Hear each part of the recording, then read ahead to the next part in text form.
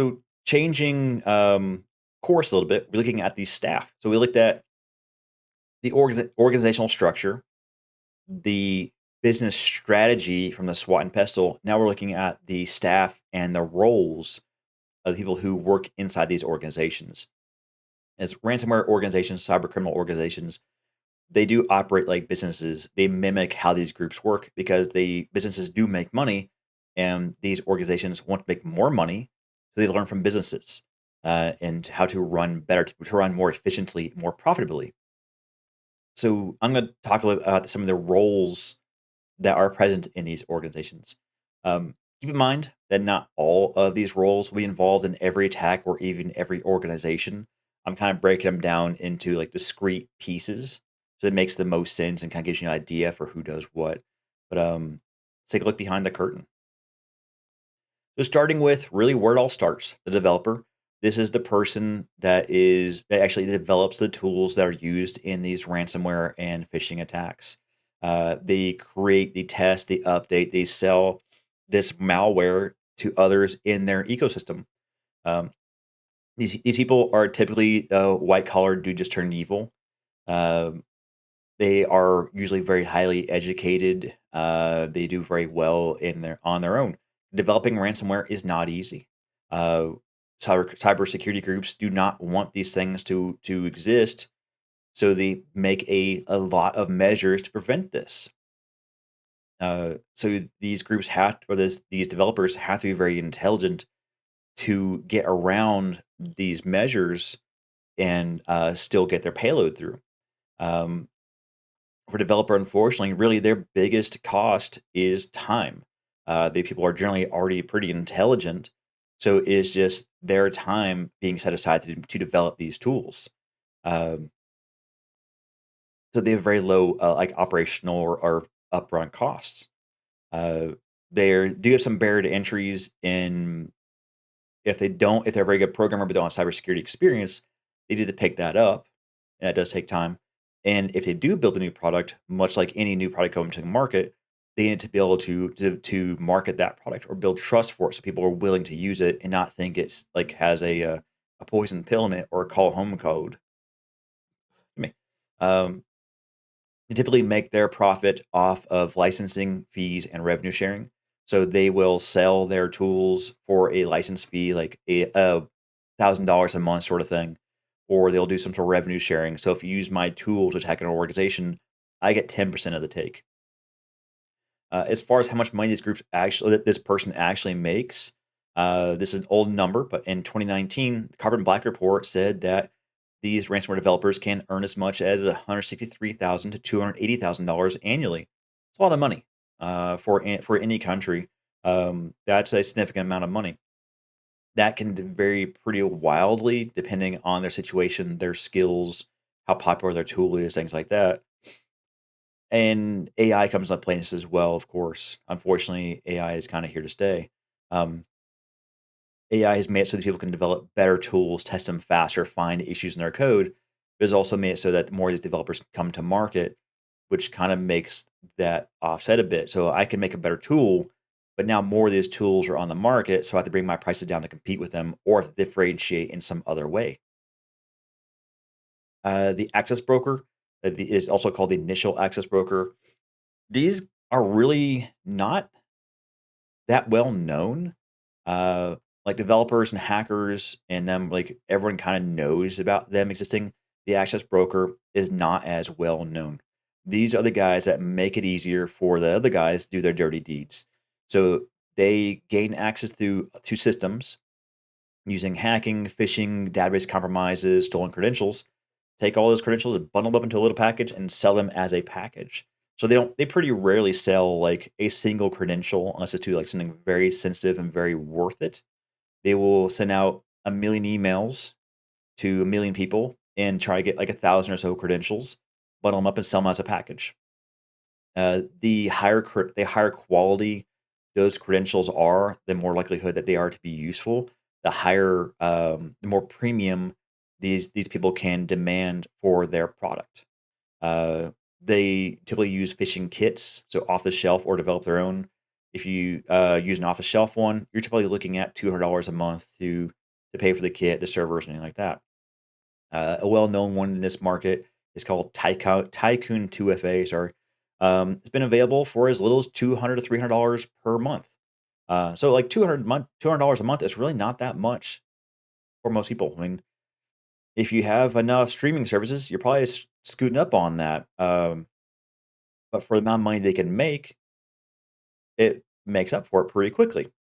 The nasty thing with these also is that MFA and 2FA really can be bypassed using these kits. So you have a thing called a reverse proxy or a man in the middle attack, to where you look like you're logging into a Microsoft portal or another portal, for instance, which is Microsoft, and it will give you a 2FA prompt, and you'll say, okay, 2FA is going to protect me because only Microsoft can use this 2FA.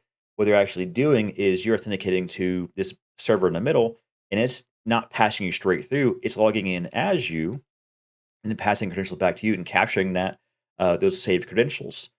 So they can log in as you later on using essentially cache credentials or tokens. So that's becoming unfortunately more common. So much so that kits exist so that if you don't know how to do it yourself, you can buy a kit to do that. So operationally, they can rent or buy infrastructure and phishing kits for a pretty low amount per month. Um, for this little bit of investment, they can generally sell a bundle of credentials for about $1,500. So 1500, $1,500 a month, or $1,500 a bundle. Sorry. Um, this is a pretty highly competitive market, though. If you're known for describing trash credentials and selling them up, people probably going to buy from you. But if you're known for getting very premium credentials, for testing them, for guaranteeing that they are going to work for a period of time, you can demand much higher amounts. Um, the typical bundles will run from $70 to $400 per bundle. Um, Last analysis I saw was Chain Analysis was saying that IABs received at least $14 million in on-chain payments in 2025. So that's kind of a barometer for how successful these groups are, or these people are. In 2025, we know that they got paid at least $14 million. And it's likely higher than that, just what we can prove. So the ransomware operator is who we all probably think of when we think of the bad guys or the threat actors behind ransomware. These people who actually manage the RAS platform, provides the tools and support. So they're the ones that give these other two people the tools. Uh, these are really considered the rock stars among the ransomware organizations. They are the ones that kind of bring in all the money. So these people, kind of like some systems administrators or infrastructure admins or network admins, they take the tools developed by the developers, they bring them in with the credentials by the IAB people, and bundle them all up into their tools, and they either use them themselves or they lease them out to other groups. So groups like Conti, which I believe is disrupted, brought in something like $180 million annually doing this. The operator share for ransomware operator, they brought in some like 20 to 30% of that went to them for hosting this infrastructure. So you're talking 36 to $54 million just for hosting this infrastructure so that people can do these attacks. Um, Operators will generally be in groups of like 15 to 20 people. So you're talking a pretty good distribution there. If you've got like 10 people in that group and they're making $30 million a year, talking $3 million untaxed straight out. That's not bad. Um, these RAS operators are increasingly popular for other groups like affiliates to get involved with because it lowers their barrier to entry so much with very low risk to the operator themselves. They do have a fairly high barrier to entry, at least to themselves, through development of the malware, deployment of the malware, setting up their infrastructure, securing its infrastructure, things like that. Maintaining their infrastructure is a big part of this, is make sure that this stuff stays online because they have customers being the other affiliates. They need to make sure it stays online so they can make their money. So subscribing to a RAS service, you're talking $40 to $4,000 a month and potentially a share of what a ransom is made using these tools. That's a really wide range.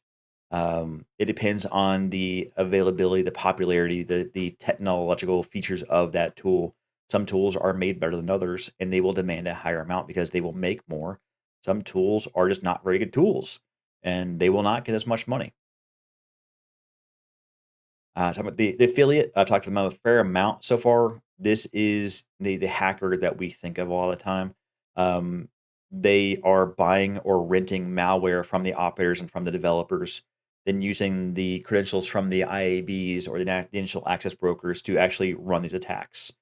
Um, they are the frontline workers, so the ones that are actually doing the basically the selling to legitimate organizations of their ransomware, and they typically manage the victim interactions like they're an account manager. Uh, Thanks to them having the highest risk because they are essentially the front line, the face of the ransomware. They also get the largest share of the ransomware payments, but they also have the highest risk, of course. So their barrier to entry is fairly low, with just needing to be able to pay for the tools they're going to use. So being the ransomware tools, the phishing tools, the credentials, uh, pretty much just money. Um, and it's not that much money really. Licensing. So if they're going to buy these tools or license these tools from the ransomware operators, you're talking the whole package, $20 to $1,300 for all their tools. You're looking about an average of $4,200 per ransom campaign. Um, They typically, and their profit model is typically they get a share of the ransom. The lion's share of the ransom, with payouts ranging per attack of between 100,000 to 100,000 to 1.3 million. Kind of some rough numbers of how this ransom shares actually work. So QILIN, sorry, I'm not sure how to pronounce that. If those affiliates will generally earn between 80 to 85% of ransomware payments. So if you're an affiliate working with Killin, you will probably keep 80% of the ransom take. The other 20% goes back to the operator. Black Cat, they took 10% of the ransom. So if you're an affiliate, you keep 90%. Ransom Hub was a straight 90-10 split. Conti, a little bit less advantageous, with the ransomware operator keeping 30%. So the affiliate gets 70 to 80%. Lockbit, which actually is pretty well known, took 70 to 80% to the affiliate and kept 30%. So you're still talking a pretty good amount of money there. The data manager is not that common, for the most part. We're talking these next two are much less common than the rest of the preceding ones. They're very specialized. So a data manager is when you do an exfiltration of data, the data manager takes that data and then analyzes it for useful information. So PII, IP, any credentials, anything they can resell or use for a secondary attack or tertiary attack. Uh, so they're essentially data analysts that have turned evil. Um, More of these ransomware groups, these criminal organizations are learning to diversify. So they are bringing in more data managers. This is a kind of a very specialized, unique tool set, because you bring in like a few hundred gigabytes or a terabyte of data from a company that is very hard to sift through. So these people are specialized or trained in being able to go through massive amounts of data sets and find what's useful and what's not. Um, I don't have any for that financial for these groups yet, or I don't have any financials for these groups yet. Um, they just take a cut of whatever is made of the extortion or the ransom or a salary. They're just not very common, so I don't have good information on them. My personal suspicion is that they are promoted from within uh, the organization. So as someone decides that they want to dig more into what they're getting in exfiltrated data, or they're like a low level runner type of thing, they see an opportunity to start digging through this stuff to see what they can get and use. The negotiator is probably one of the least common roles. Um, you very rarely hear about this coming into play, but in some cases, the ransomware organization or the criminal organization will employ a negotiator to get the most from an organization that they can. Um, Most of the time, a ransomware payout or a ransomware demand is a flat amount. But if the ransomware or criminal organization knows they've hit a high value target, they will bring a negotiator on to trying to find the most they can get while still getting paid. Because if you ask too much, the target organization just not going to pay. They're like, screw that, we don't have that much money. So you kind of try and hone in on what you can actually get out of them. Like most of the people in these organizations, they get a share of the ransom. Uh, my suspicion of how these people come about is they're probably someone in the criminal organization that speaks the victim's language, and that they are somehow trusted to be talking to the victim, so that they won't give out information or security information or OPSEC or work against them, or they know enough to be able to negotiate intelligently. So these aren't very common, but in high profile attacks, they do happen.